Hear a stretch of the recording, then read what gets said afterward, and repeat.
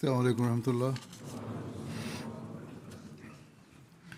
أشهد أن لا إله إلا الله وحده لا شريك له وأشهد أن محمدا عبده ورسوله أما بعد فأعوذ بالله من الشيطان الرجيم بسم الله الرحمن الرحيم الحمد لله رب العالمين الرحمن الرحيم مالك يوم الدين إياك نعبد وإياك نستعين اهدنا الصراط المستقيم صراط الذين أنعمت عليهم غير المغضوب عليهم ولا الضالين قل لو شاء الله ما تلوته عليكم ولا أدراكم به فقد لبثت فيكم أمرا من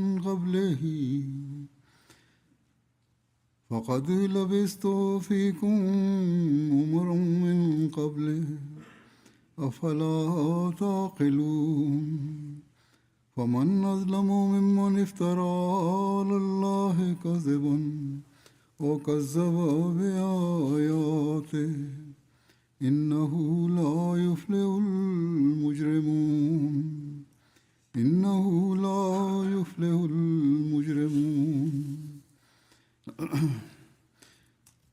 इसका आयत का तर्जुमा यह है आयत का कि और तू उन्हें कह Versens översättning är: Säg till dem, om alla önskat så skulle jag inte ha läst fram detta för er.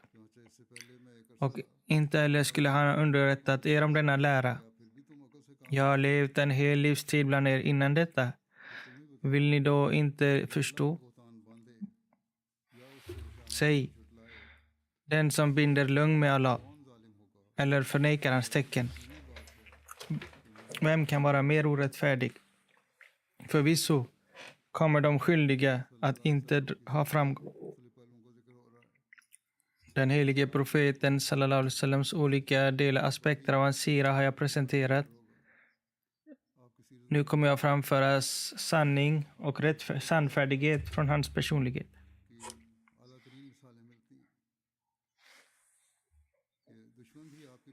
Vi finner enastående exempel av hans sannfärdighet.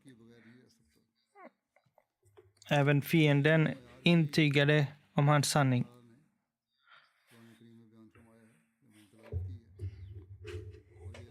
Och det är detta som också nämns i den heliga Koranen. Och den heliga profeten förkunnar: Säg, jag har aldrig ljugit i någon aspekt. Aldrig övergivit sanningen. Och ni är vittnen om detta. Kan jag då ljuga om Gud? Kan jag hämta en religion som inte är från Gud? Samtidigt sade han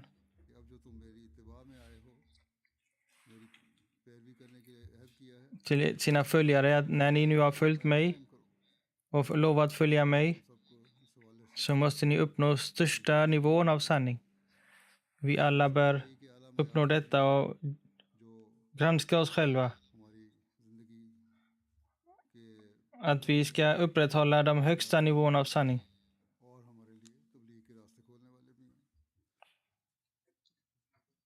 Det är detta som kommer öppna framgång och vägar för tabligh för oss. Beträffande den helige profeten sallallahu sannfärdiga liv säger Hazrat Muslim Maud radhiyallahu anhu att vi ser beträffande den helige profeten sallallahu alaihi wasallam att även hans fiender medgav att han var den sanne och den pålitlige. Och de anklagar honom inte för osanning. Även trots sin fiendeskap så vittnade de om hans sanning och renhet.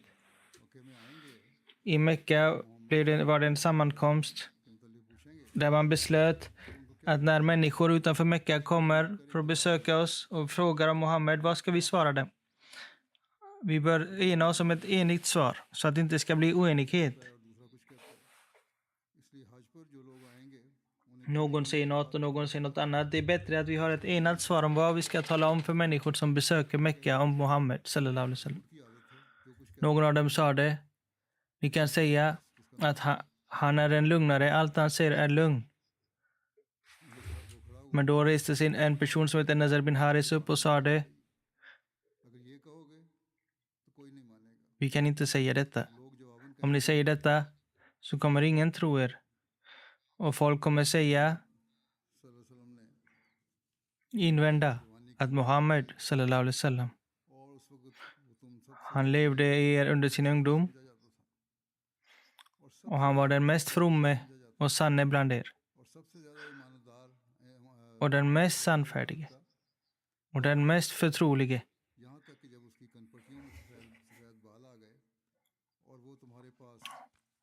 Och när han började få grå hår och åldras så hämtade han den lära som ni inte tycker om, alltså islam. Och då började ni säga att han är en lugnare. Jag svär vid Gud. Han kan inte vara en lugnare. Så när han då insåg alla sitt misstag att de inte kunde invända på Muhammed på detta sättet sallallahu alaihi wasallam, och de fann andra ursäkter. Vilken sanna ord som denna person yttrade.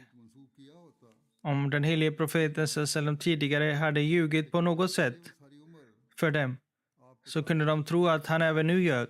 Men nu när han hade levt hela sin ungdom och barndom som sannfärdig och de kallade honom för sannfärdig, hur kan någon tro att han helt plötsligt börjat ljuga? Herakl, Östrom kejsare, när Abu Sufyan kom till hans hov och frågade om Muhammed att har han någonsin ljugit för er? Och då sa Abu Sufyan att han har inte ljugit till denna dag. Men jag lade till dessa orden tills idag så att jag kanske kunde lämna något tvivel om att i framtiden skulle han kanske ljuga för oss. På samma sätt så reste sig profeten Muhammed sallam tidigt i sandspråk på ett berg och kallade folk till sig. När de samlades så sa han att om jag talar om för er att bakom denna dal finns det en dal där armén har samlats för att angripa er, kommer ni tro mig? De svarade ja, förvisso kommer vi tro dig. Men det var uppenbart att en sådan liten armé inte kan samlas utanför Mecka. Men de kunde även tro på det otroliga om det kom från Muhammed sallallahu alaihi wasallam mun. Detta visar att även det omöjliga, om man skulle yttra det omöjliga, så var de så övertygade om att Muhammed, frid vare med dem, alltid talade sanning. Att de ansåg det omöjligt att han skulle medvetet ljuga för dem. Eller lura dem.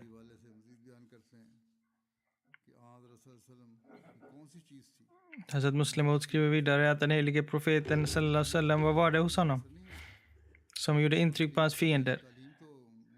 Det var inte Koranen. Det var inte Koranens lära som fick dem att acceptera islam. Utan det var Muhammed sallallahu alaihi wasallams förra liv. Han levde bland dem. Han var sannfärdig och pålitlig och empatisk och uppoffrande för andra som gjorde intryck på det. Han avrådde dem inte från kyrk innan sitt anspråk, för han hade inget gudomligt påbud till det.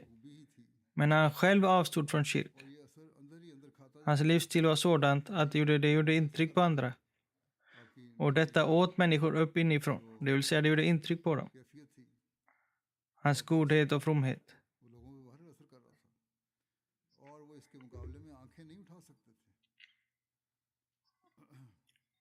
Och de kunde inte resa sina ögon mot detta.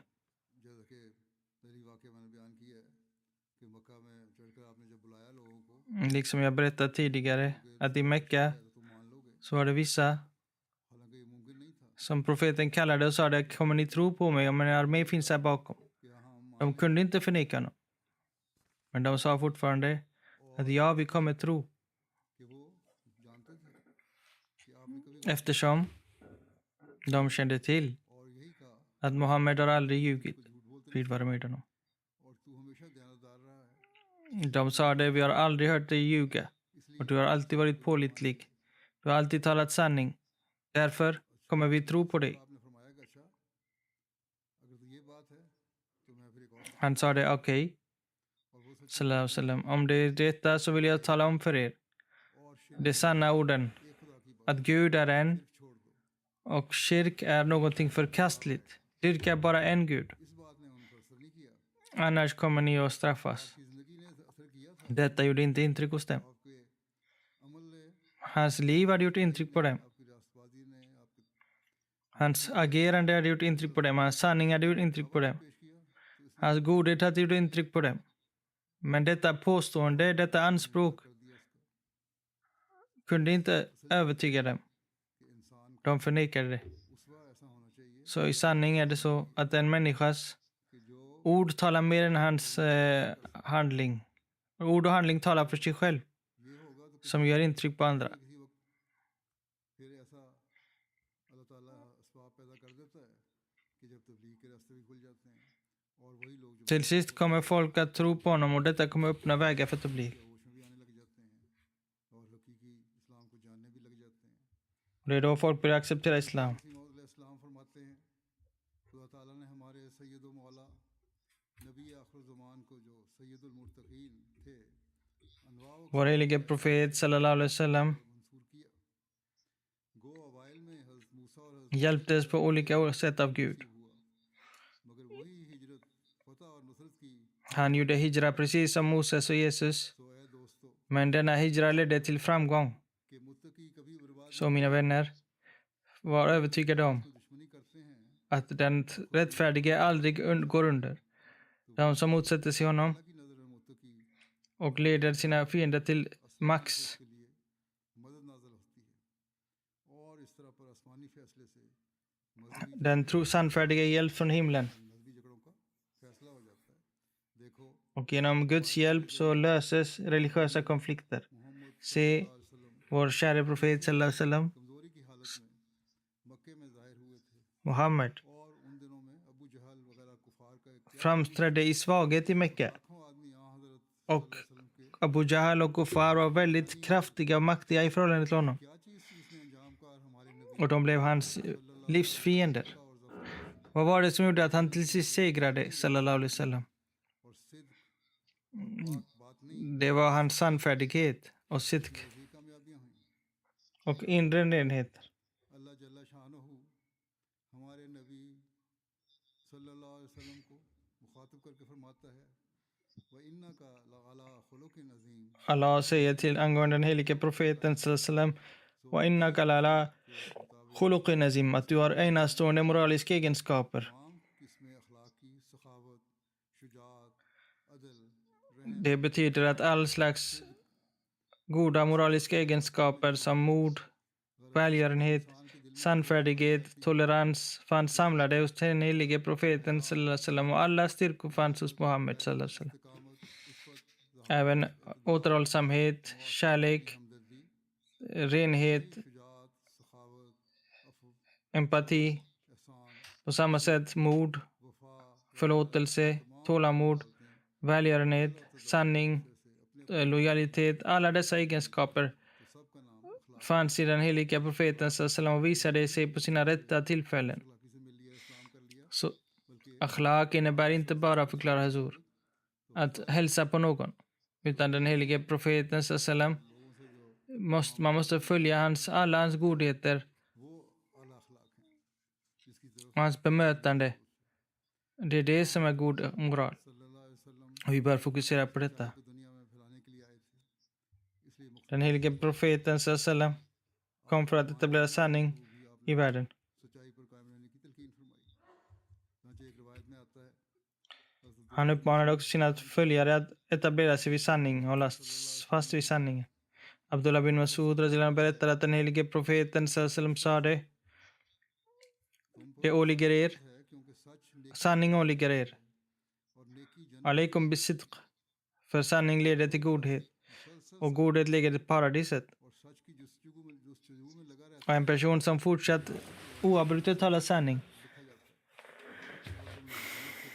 है। kommer kallas siddiq av Gud. ले जाता है Och avstå från lögn.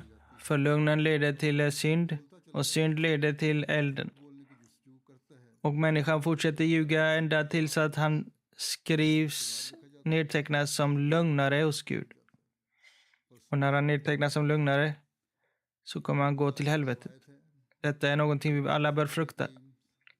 Abdullah berättar att den helige profeten sallallahu alaihi wasallam sa det att हाल में दुरुस्त नहीं, ना संजीदगी में और ना मजाक में। man bör inte ljuga under några omständigheter, vare sig ärligt eller vare sig på skoj. और ना ये कि कोई शख्स Man ska inte ens ljuga på skoj. फिर उसे पूरा ना करे। यकीनन सच्चाई नेकी Man får inte lova sitt barn något som man inte kan uppfylla. जन्नत की तरफ ले जाती है और बेशक झूठ बुराई की तरफ ले जाता है और बुराई आग यानी जहन्नम की तरफ ले जाती है।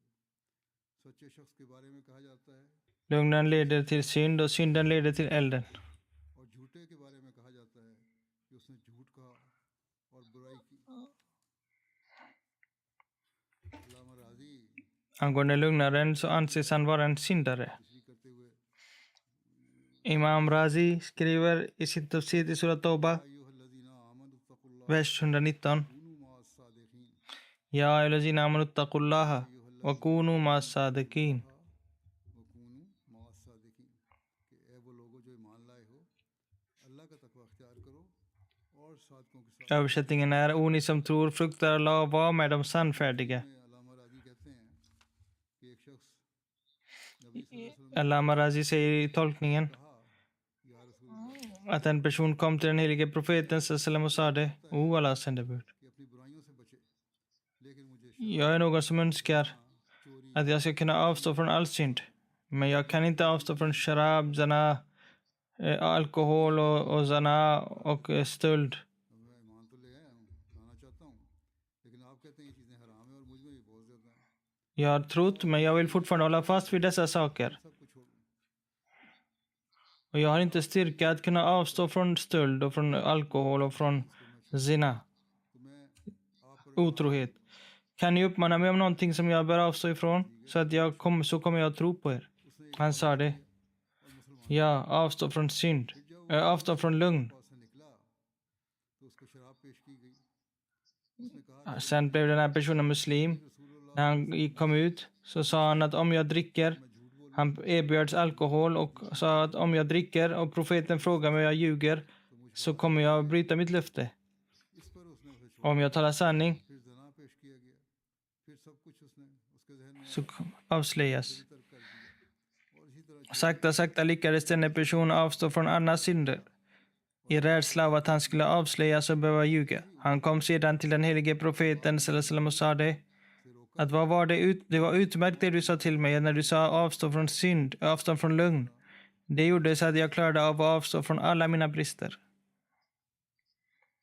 हज़रत अबू बकर के कबूल इस्लाम के बारे में लिखा है उम्मुल मोमिनीन हज़रत उम्मे Salma Angående Abu Bakr och hans acceptans av islam står det att Hazrat Salama radhiyallahu anhu berättar att Hazrat Abu Bakr Siddiq radhiyallahu anhu जब आप मबूस हुए var väldigt nära vän till den helige profeten sallam. När Muhammed blev profet sallam तुम्हारा ये साथी så kom Quraysh till Abu Bakr och sa det: Au Abu Bakr, Abu बकर ने कहा din vän har blivit galen. तो उन्होंने कहा Vad sa Abu Bakr sa det? Vad är det som har hänt? लोगों को De svarade: खुदाए वाहिद की तरफ बुलाता है। Han säger i Masjid Haram att de ska komma till en Gud. Siddique Och han säger att han är Guds profet. कही है Abu Bakr radhiyallahu anhu sa det. और वो ये बात मस्जिद Har han sagt detta? Folket sa det ja. चुनांचे हज़रत अबू बकर नबी करीम सल्लल्लाहु अलैहि Och han säger detta inte vid Masjid Haram. वसल्लम दरवाजे पर दस्तक दी Då gick Abu Bakr till profeten sallallahu alaihi wasallam och knackade på hans dörr. Han kallade ut honom. कि अबुल Qasim Och när profeten kom dit så sa Abu Bakr: O Abul Qasim, ने फरमाया vad är det jag har hört beträffande dig? Profeten sallam sa det: O Abu Bakr, vad har du hört angående mig? अल्लाह की Abu Bakr sa det: Jag har fått veta att du är अल्लाह के रसूल kallad till Guds tawhid och att du är Guds profet? ए अबू बकर, Muhammed sallallahu alaihi wasallam svarade ja, förvisso Abu Bakr. मुझे बशीर और नज़ीर Detta stämmer. Min herre मुझे इब्राहिम की दुआ बनाया है, har skickat mig som en glädjebudbärare och varnare och gjort mig en uppfyllelse av Abrahams bön och skickat mig till hela mänskligheten. अल्लाह की कसम Abu Bakr sade då, झूठ बोलते नहीं देखा, jag svär vid Allah, अपनी ईमानत की अजमत jag har aldrig sett er ljuga. और अच्छे Ni är förvisso sannfärdig och trovärdig. अपना हाथ बढ़ाएं ताकि मैं Ni förtjänar profetskapet på grund av er fromhet. Ta fram er hand så att jag kan svära trohet till er. हाथ बढ़ाया और Den helige profeten sallam sträckte då sin hand och Abu Bakr tog bät av honom लेकर आए हैं, och erkände, medgav att det som ni hämtat är sanningen. तरद्दुद नहीं किया। Och jag svär vid Allah. रसूलुल्लाह सल्लल्लाहु अलैहि वसल्लम ने Abu Bakr visade ingen slags tvekan och tvivel हज़रत मसीह अलैहिस्सलाम फरमाते हैं när profeten sallam kallade honom till islam.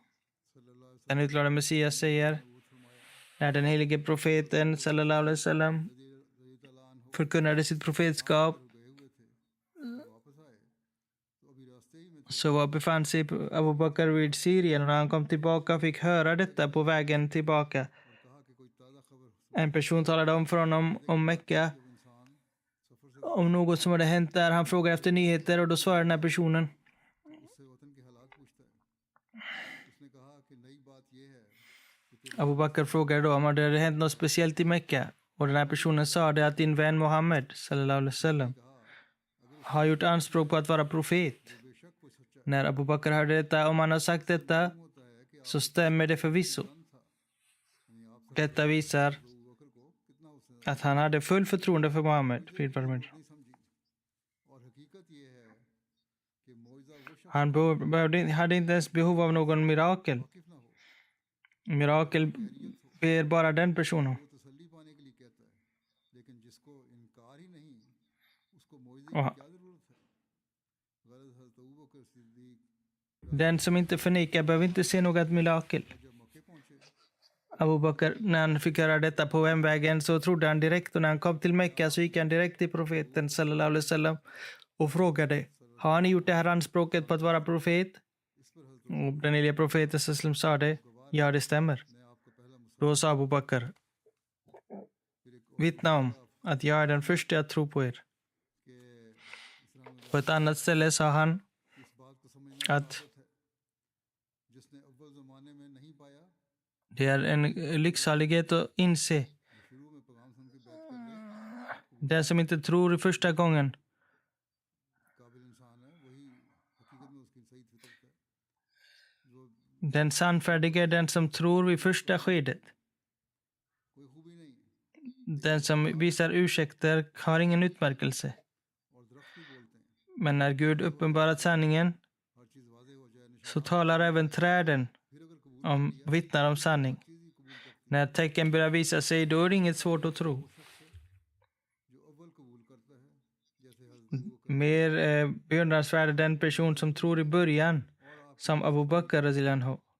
Han krävde ingen mirakel. सुना था कि ईमान ले आए यानी कोई दावा भी नहीं सुना था कि ईमान ले आए लिखा है कि हज़रत अबू बकर अपनी तिजारत पर गए Och ingen hade kallat honom till tro ens. किया आपने Det står att Abu Bakr radhiyallahu anhu var på en resa. खबर पूछी Han upprepar hela resan om att han träffade en person som meddelade honom om vad som hade hänt. Abu बकर सिद्दीक ने सुन के ये कहा कि अगर Och hur Abu Bakr reagerade på denna nyhet.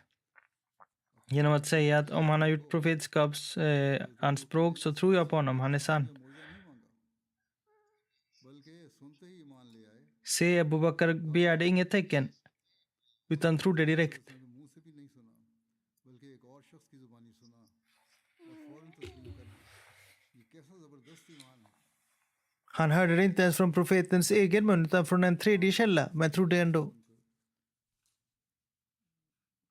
ईमान है कि हज़रत सल्लल्लाहु अलैहि वसल्लम के नाम से सुनकर उसने झूठ का इस्तेमाल नहीं समझा ये रिवायत सुनी När något hänvisades till Muhammed, frid vare med honom, så trodde han direkt. क्योंकि पता था कि हज़रत सल्लल्लाहु अलैहि वसल्लम झूठ नहीं बोल सकते देखो För han visste तो अबू बकर att Muhammed aldrig skulle ljuga. ने कोई निशान Se, Abu Bakr, frid vare med honom, कि आपका नाम सिद्दीक है begärde inget tecken eller mirakel.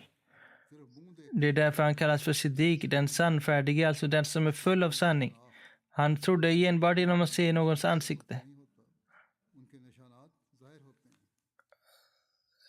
उसके मसीह अव्वल När någon börjar visa mirakel är det inte svårt att tro på honom. बयान फरमाते हैं एक जगह Den första khalifan Hadrat Khalifa Awwal säger शहादत से चश्मपोशी नहीं कर सकता जो उन्होंने आप सल्लल्लाहु att jag kan inte bortse från Khadijas vittnesmål som han gjorde अलैहि वसल्लम ने जब när profeten sallam gjorde sitt anspråk. देखा कि तमाम दुनिया När den helige profeten sallam hörde Guds kall Khadija मुझे och insåg att hela världen kommer motsätta sig, så sade han: Khadija, jag fruktar beträffande mig själv. Hon sade då: की कसम कभी तुझे अल्लाह जलील gläd dig.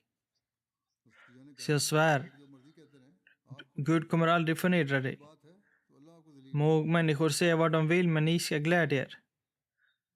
Detta var Khadijas ord, radhiyallahu anha. आप तो हमेशा सिला रहमी करते हैं और सच बोलते हैं और दुख वाले का दुख बर्दाश्त करते हैं और मुफलिस को Ni är snäll mot era släktingar och tar hand om de utsatta och hjälper de nödställda och är gästfria गौर करो och hjälper till i alla goda saker. साला बीबी आपकी हम शहर हम कौम Det här var en 55 år gammal kvinna के ब्याह में है som bodde tillsammans med honom, hade samma folkslag som honom, som var gift med honom. Vilket vittnesmål hon gav angående sin make. गौर के काबिल है अगर आपको ये सिफात ना होते Hennes vittnesmål bör man fundera över, reflektera över. ना होते Så Khadijas शेब अबी तालिब में मसूरी की हालत में जब तीसरा साल होने को आया i dalen Abi Talib så omringades muslimerna under 3 år अबू तालिब को इतला under svåra omständigheter. हाशिम से बाईकाट का जो मायदा Då meddelade profet Muhammed sin farbror Abu Talib att den överenskommelse om bojkott som Quraysh ingått, den har ätits upp av termiter i Mekka och den hänger inte längre där. उन्होंने पहले Då gick Abu Talib, han var övertygad om att profeten hade talat sanning. की कसम Han sa det först till sina bröder om vad Muhammed hade sagt, sallam, att han har berättat. सरदारान कुरैश के पास गए Han sa att Muhammed har aldrig ljugit för mig. मुझे ये Han gick då till Quraysh ledare och sa det, कभी झूठ नहीं बोला att min brorson har talat om för mig मुआहदे पर दीमक को och han har aldrig ljugit för mig. और वो Att Gud har låtit अल्लाह के जिक्र के termiter äta upp ert avtal. सच्चा निकला Och förutom Allahs namn har den ätit upp allt annat. Om min brorson är sann, अगर वो झूठा साबित हुआ så bör ni avstå från er bojkott. Men om han är falsk, तो जिंदा रखो så kommer jag överlåta honom till er. Då får ni göra vad ni vill. फिर जब मुआहदे को देखा गया तो वो ऐसे ही था Det sa det, du har talat sanning, Abu Talib. रसूलुल्लाह सल्लल्लाहु अलैहि वसल्लम ने फरमाया था Och då gick de för att titta på avtalet och det hade förvisso likt profeten sagt ätits av termiter. Och då skämdes de inför Abu Talib. अपने एक सरदार उत्बा को नुमाइंदा बनाकर रसूल करीम En gång hände det att Quraysh lät en av sina ledare som hette Utba कि आप हमारे मबूदों को क्यों बुरा gå till profeten för att vara med honom. आबा को क्यों गुमराह कर दे Han sa det, varför talar du illa om våra avgudar? ख्वाहिश है Och varför kallar du våra lärda för vilseledda? Ni kan få allt ni önskar. Ni bör avstå från det ni håller på med. Den helige profeten sallam sa det tyst, lyssnade på dem tyst och noga. Och när de var färdiga så sade han läste Surah Hamim as-Sajda, और जब आप några verser därifrån. मैं तुम्हें आद और समूद जैसे अजाब से Och när han kom till följande vers, Utba ने आप wa adun wa samud, क्या बस करें jag varnar er för dagarna som de upplevde. Att nu bör ni sluta, sa det Utba. Och då gick Utba tillbaka till sina ledare och sa det till Quraysh.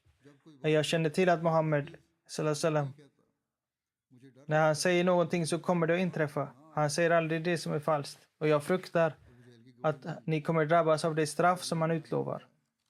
कि अबू जहल ने नबी Abu Jahl vittnade också på samma sätt. Ali berättar, radhiyallahu anhu, att en gång kom Abu Jahl till Muhammed att vi förkastar inte dig, utan vi förkastar bara det budskap som du har hämtat. Alltså din religion.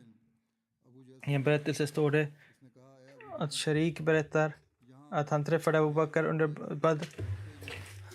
Abu Jahl under Badr. Han sa det, att det finns ingen förutom dig och mig här. Ingen som lyssnar på oss. Tala om för mig om Muhammed i sanning. Är han sann eller falsk? Abu Jahl svarade, jag svär vid Allah. Muhammed sallallahu alaihi wasallam är förvisso sann. Och Muhammed har aldrig ljugit. Hazrat Muslim Maud berättar att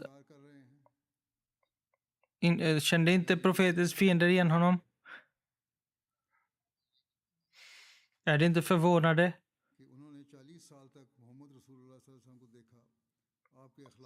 att de i 40 år umgås med profeten sallam, och hans moral då hade de betraktat noga. Och de hade sett med sina egna ögon det faktum att Muhammed, frid vare med honom, är väldigt from och sannfärdig. Men när profeten sallam sa det, att jag har kommit för att skicka med Guds vägledning till er, då var de redo att motsätta sig. Om någon annan sagt det, så skulle de anse det vara skamligt, beklagansvärt.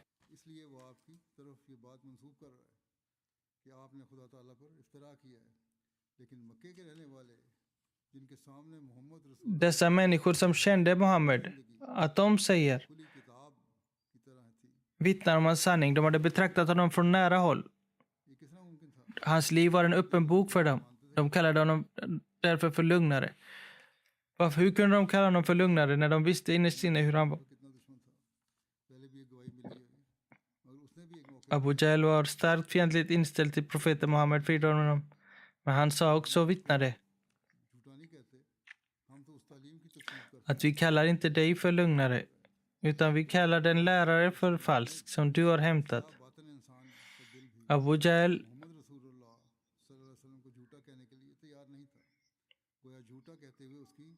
Abu Jahl tvekade också, som var hans fiende, att kalla honom för lugnare. Till och med.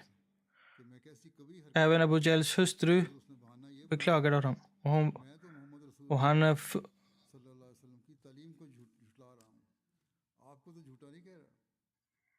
han tänkte innerst inne, jag förkastar Muhammeds lära och inte Muhammed.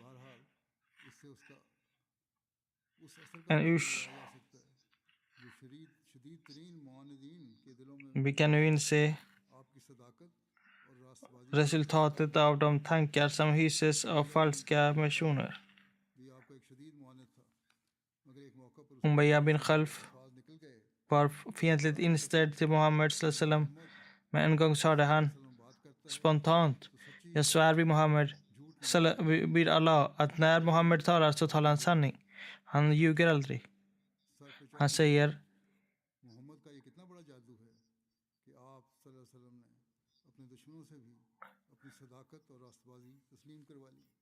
se hur den helige profeten sallam var så sannfärdig att även hans fiender vittnade om hans sanning. Abdullah bin Salam berättar att när profeten sallam kom hit, så började folk rusa mot honom och säga att O Allah sändebud, du har kommit. Den helige profeten sallam kom dit, och det sades 3 gånger. Även jag började sjunga. Och när jag sett den helige profetens ansikte sallam, så kände jag igen honom. Att hans ansikte inte kan vara det av en falsk person. Det första han berättade var, och jag hörde, var, o människor, hälsa på varandra, bespisa den fattige, förena era släktsamband och be när människor sover. Då kommer ni träda in i paradiset i frid. Även judarna i Medina vittnade. Banu Qurayza hade ingått i förbund med muslimerna, och vid Ahzab så bröt Banu Nazir tillsammans med Banu Qurayza och uppmanade honom att bryta förbundet med muslimerna så att muslimerna kunde besegras.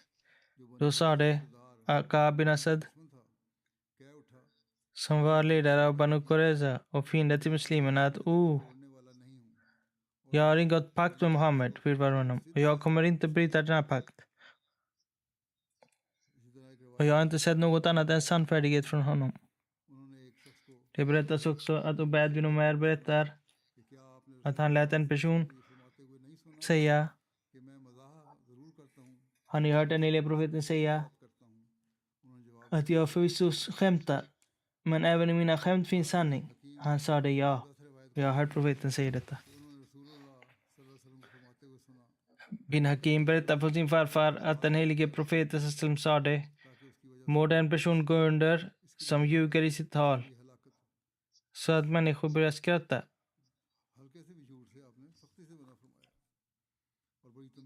Så även minsta lilla synd har den helige profeten avrått ifrån och varnat oss. Abdullah bin Amr berättar att varhelst jag hörde från den helige profeten brukade jag nedteckna och memorisera. Sedan hindrades jag av Quraysh. Skriver du allt, frågar de, som du hör?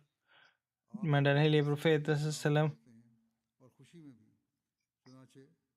brukade prata även när han var upprörd och i glädje. Så jag slutade skriva det. Och då nämnde jag detta för den helige profeten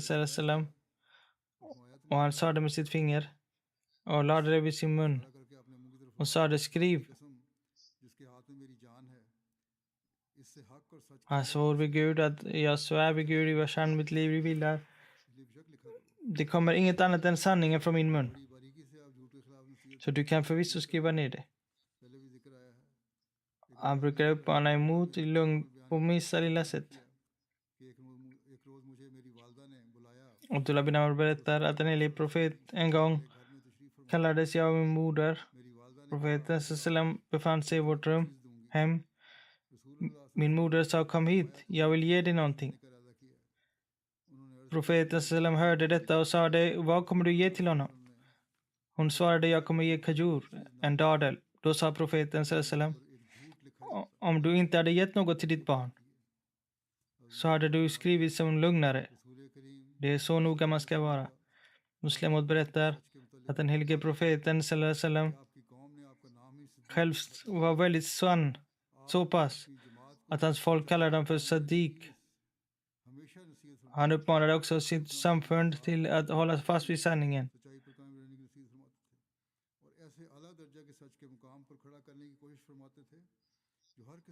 Och en sådan hög nivå av sanning som var fri från alla slags spår av lögn, och sa till den helige profeten att sanningen leder människan till godhet och godhet leder till paradiset. Och människan kallas för sannfärdig i Guds ögon.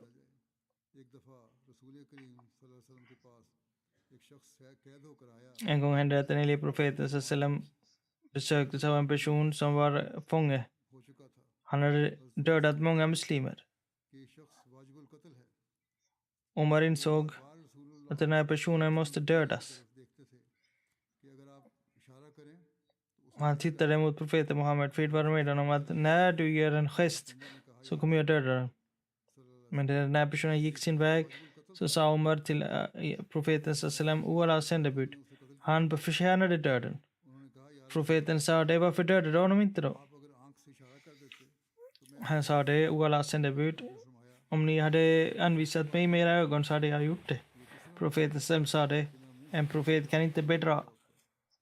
Hur kan jag uttrycka min tillgivenhet till honom men samtidigt uppmana dig att mörda honom? Det går inte. Detta är en bedrägeri och jag kan inte göra det. Så profeten var så sannfärdig att även fienden klarade sig genom denna förlåtelse.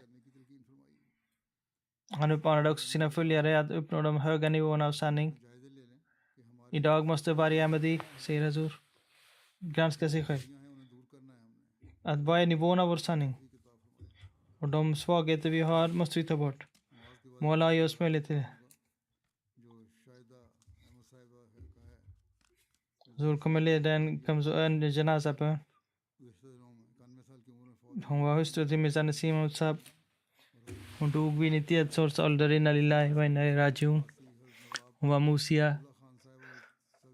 Hon var barnbarn Hon var dotter till den utlovade Messias barnbarn. Hon hade 4 barn själv. Hennes stora son Onoman skriver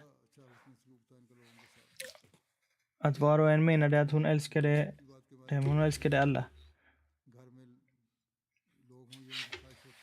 i hemmet. Så önskade hon att hon alltid skulle ha besökare och tyckte om att vara gästfri.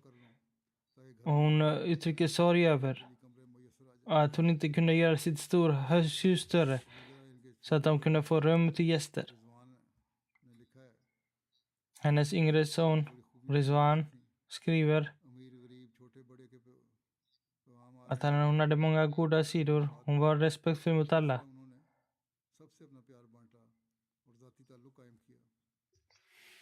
Hon var kärleksfull mot alla.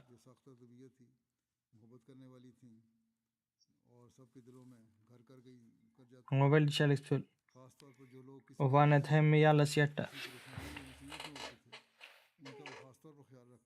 Särskilt de som var försatta i oro brukade hon särskilt ta hand om. Hon stod fast med den svaga utsatte. Hon uppmanade sina barn att alltid stötta den svage. Hon var väldigt beslutsam.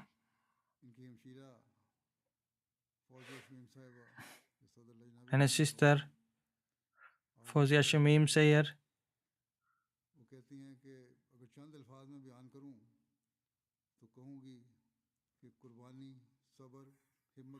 om jag ska berätta i få ord så skulle jag vilja säga att hon var uppoffrande, tålmodig.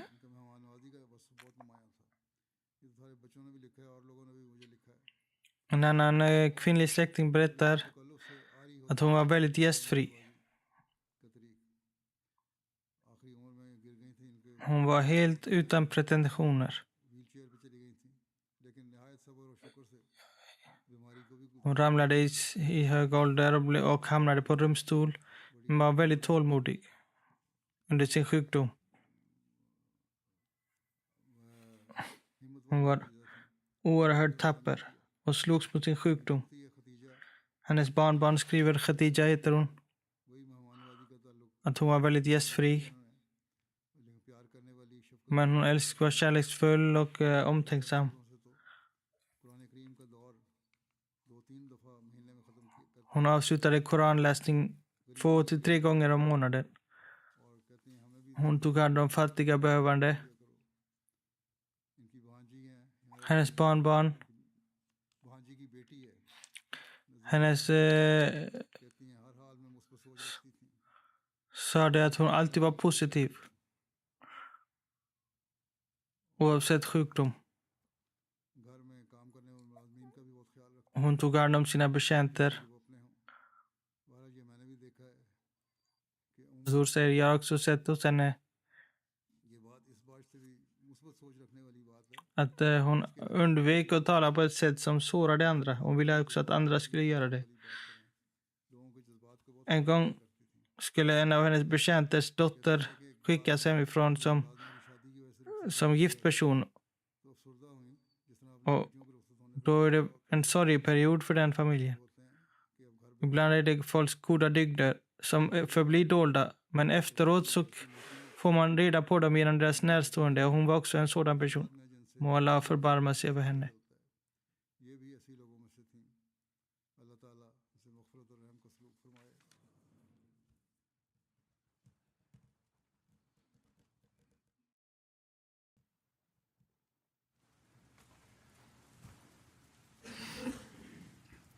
Alhamdulillah, alhamdulillah, nahmaduhu wa nasta'inuhu wa nastaghfiruhu wa nu'minu bihi wa natawakkalu alayhi wa na'udhu billahi min shururi anfusina wa min sayyiati a'malina. Man yahdihillahu fala mudilla lahu ومن يضلل فلا هادي له ونشهد أن لا إله إلا الله ونشهد أن محمدا